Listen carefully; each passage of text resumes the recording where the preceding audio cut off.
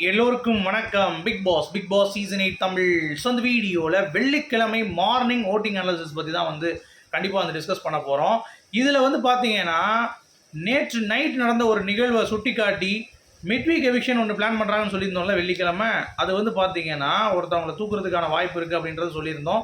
Maybe இன்றைக்கி 6 பேர் உள்ளே போகிறாங்க அப்படிங்கிறது உங்கள் எல்லாத்துக்கும் தெரிஞ்சிருக்கும். அர்ச்சனா, விஷ்ணு, அப்புறம் பார்த்தீங்கன்னா தீபக்குடைய நண்பர் ஈரோடு மகேஷ், பவித்ராவுடைய நண்பி, அப்புறம் இன்னொருத்தவருடைய நண்பரும் நண்பியோ 6 பேர் உள்ளே போகிறாங்க.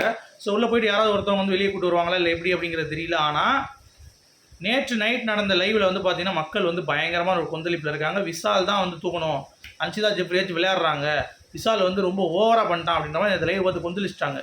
தர்ஷிகாவுக்கு அநியாயம் நடந்துச்சு, அவருக்கு இன்னொரு பொண்ணு வேறு தீப்தின்னு வெளியே இருக்குது, அந்த பொண்ணுக்கு துரோகம் பண்ணிட்டாரு, இப்போ என்ன பண்ண போகிறார் அப்படின்ற மாதிரி கேட்க ஆரம்பிச்சிட்டாங்க. டே அப்படி என்ன நடந்துச்சு அப்படின்னு சொல்லி பார்த்தீங்கன்னா விஷால் அண்ட் நம்ம அருண், அன்ஷிதா எல்லாரும் 3 பேர் இப்போ பேசிகிட்டு இருக்காங்க நைட்டு உட்காந்துக்கிட்டு. அதில் பார்த்தீங்கன்னா அவர் சொல்கிறாரு, எனக்கு ஒரு பொண்ணு மேலே ஃபீலிங்ஸ் இருக்குது மச்சான், அந்த வட்டம் நான் லவ் ப்ரப்போஸ் பண்ண போகிறேன், லவ் ப்ரப்போஸ் பண்ணி நான் கன்டினியூ பண்ண போகிறேன் அப்படின்ற மாதிரி சொல்லிட்டு இருக்கேன். ஏதாவது ஐடியா கொடுறாது, ஓகே ஆமாம் ஒர்க் அவுட் ஆமான்னு கேட்குறான்.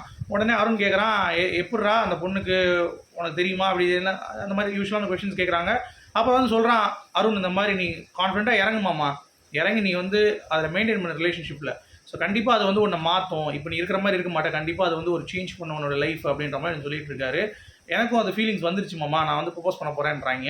அப்படி பார்க்கும்போது இவன் பேசிகிட்டு இருக்கும்போது சௌந்தர்யா காட்டிட்டு இருக்காங்க. டே சௌந்தர்யா தான் விஷ்ணு வரானடா, இவன் யாரை ப்ரப்போஸ் பண்ண போகிறான் அப்படின்னு சொல்லி யோசிக்கும் பொழுது சௌந்தர்யாவும் கிடையாது, அன்சியும் கிடையாது. அப்போ யாருன்னு சொல்லி பார்த்தோம்னா தர்சிகா வர போகிறது கிடையாது. அப்போ வேறு யார் வரான்னு பார்த்தா நம்ம தீப்தின்னு சொல்லிட்டு விஷால் ஒரு ஃப்ரெண்டு ஒருத்தவங்க இருக்காங்கன்னு சொன்னாங்க, அதுவும் கிடையாது, அவங்களும் போஸ்ட் பண்ணிட்டாங்க. இல்லை பின்ன வேறு யாருக்கு இவன் ப்ரப்போஸ் பண்ண போகிறான் அப்படிங்கிறது தெரியல. ஆனால் அவங்களுக்கும் இவன் மேலே இன்ட்ரெஸ்ட் இருக்குது அப்படின்ற மாதிரி பேசிகிட்டு இருந்தான்.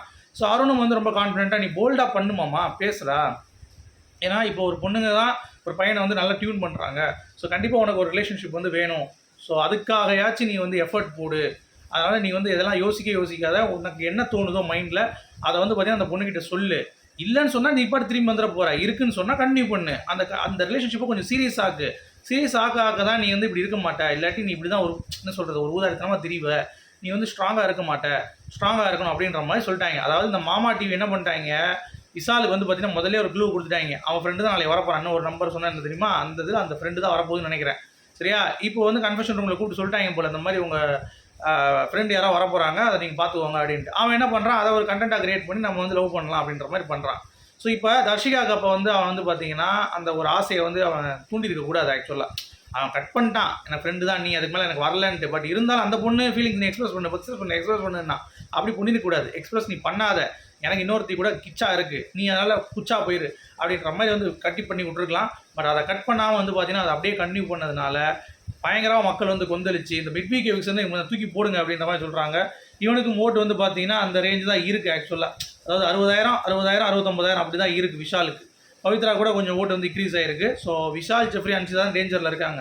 ஸோ அப்படி இருக்கும் பொழுது அன்ஷிதா கூட நீங்கள் உள்ளே வைங்கடா, ஜெஃப்ரி விஷாலை தூக்கு, இல்லை ஜெஃப்ரியும் அன்ஷிதாவையும் நம்ம விஷாலையும் தூக்குங்க, விஷாலை விட்டுறாதீங்க, டபுள் எவிக்ஷனாக இருந்தாலும் அவனை தூக்கணும், மிட்வீக் எவிக்ஷனாக தான் அவனை தூக்கணும் அப்படின்ற மாதிரி ஏகப்பட்ட இது என்ன நினச்சிட்டு இருக்கான் அவன், இந்த வீடை லவ் பண்ணுற பார்க்க நினச்சிட்டு இருக்கானா அப்படின்ற மாதிரி ஏகப்பட்ட கண்டன குரல் அவனுக்கு பார்த்தீங்கன்னா விழுந்துட்டு இருக்கு அப்படிங்கிறது தான். ஐயோ நேற்று பண்ண இதுக்கு வெளியே வந்தால் இதுக்கு போனா சீவலு, இங்கிட்டு போனா செதறல் அப்படின்ற மாதிரி பிக் பாஸில் விஷாலுக்கு இந்த நிலைமை வந்திருக்கு அப்படிங்கிறது பார்க்க முடியுது. ஏன்டா நான் லவ் தானே பண்ண சொன்னேன், இத்தனைக்கும் நான் எது லவ் பண்ணலைங்கிறது தானே மேட்ரு, எல்லாருக்கும் ஃப்ரெண்டாக தானே பழகிட்டு இருந்தேன் அப்படின்ற மாதிரி சொன்னாலும், தம்பி நீ யாருன்னு எங்களுக்கு தெரியும், நாங்கள் யாருன்னு உங்களுக்கு தெரியும், நீங்கள் மொத்தமாக யாருன்னு ஊருக்கே தெரியும் அப்படின்ற மாதிரி தான் இருந்துச்சு. ஸோ விஷாலுக்கு பாயாசம் போடுவாங்களா இன்றைக்கி அப்படிங்கிறத பொறுத்திருந்து பார்க்கலாம். அடுத்து ஜாக்குலின் முதலிடம், 2வது இடம் ராணவ் வந்திருக்காரு. இது அன்அஃபிஷியலில் மஞ்சரி தான் இருக்காங்க, பட் அஃபிஷியல் நான் சொல்கிறேன் நமக்கு கிடச்சிச்சு. ராணவ் வந்திருக்காரு. 3வது இடம் தான் மஞ்சரி, 4வது பவித்ரா. இவ்வளோ தான் வந்திருக்கு எனக்கு. பட் அஃபிஷியலில் கொஞ்சம் டிஃப்ரெண்ட்டாக இருக்குது அன்அஃபிஷியலில். ஓகேங்களா, அஃபிஷியல் கம்பேர் பண்ண முடியுது. அதே மாதிரி ஃபைனல் 3 பொசிஷனும் விஷால், அப்புறம் அன்ஷிதா, ஜெஃப்ரி, இந்த 3 தான் இருக்காங்க. அன்அஃபிஷியலில் காட்டுற மாதிரி தான் இருக்குது. ஸோ பார்ப்போம், கண்டிப்பாக இது பழிக்கும் பட்சத்தில் மிட்வீக்கில் விஷால் வெளியே போவதற்கான வாய்ப்புகள் கண்டிப்பாக இருக்குது அப்படிங்கிறது தான். ஏன்னா இவன் கேம் ஆட சொன்னால் என்னடா ஆடிட்டு இருக்க அப்படின்ற மாதிரி தான் இருக்குது. ஸோ பார்ப்போம், உங்களுடைய கருத்துக்கள் சொல்லுங்கள். மீண்டும் சந்திப்போம். Good bye.